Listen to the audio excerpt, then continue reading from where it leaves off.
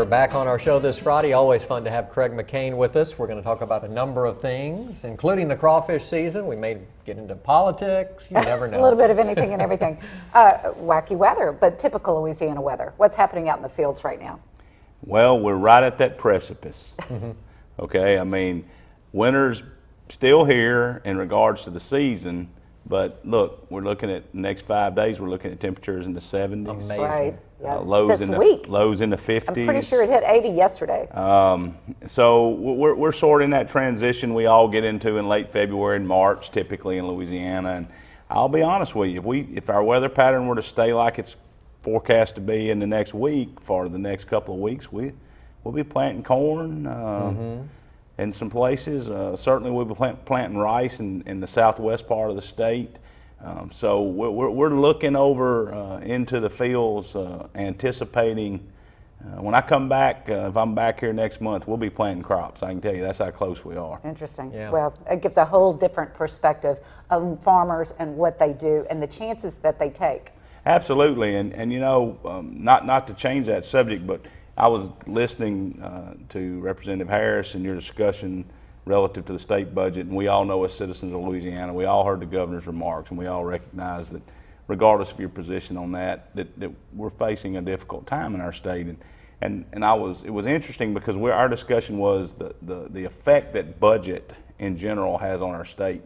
And so you don't think about that affecting agriculture, but certainly it could relative to taxes and other issues, but you know, relative to the Ag Center, to research, to those things. It impacts that. Absolutely, which give us a competitive advantage. So, you know, we talk a lot about the weather risk, and every month I seem to be always talking about that. I feel like I should have been a meteorologist, you know, but because we're tied to it. But there are all kind of economic forces out there and decisions that are ultimately going to affect our competitiveness, going to affect our ability to go forward. And this is the third year in a row that ag income nationally is projected to fall. It's projected to fall 3% from last year's levels. And in 14 and 15, it fell in double digits. Is it driving the farmers to walk away from it? Depending on their situation, honestly, some are having to walk away, a few. Right. Some are near retirement and they're choosing to walk away. In general, at this point, we're certainly not in a crisis, but we're facing some difficult times and difficult decisions. And you know, I said on JAM last week when I was here, I mean, this is a hard time for producers who are making a plan for 2016 that'll cash flow and that'll show a profit. And regardless of your business, that's a difficult thing when it's difficult to do that and when you don't control. Someone said the other day that farmers are price takers, not price makers.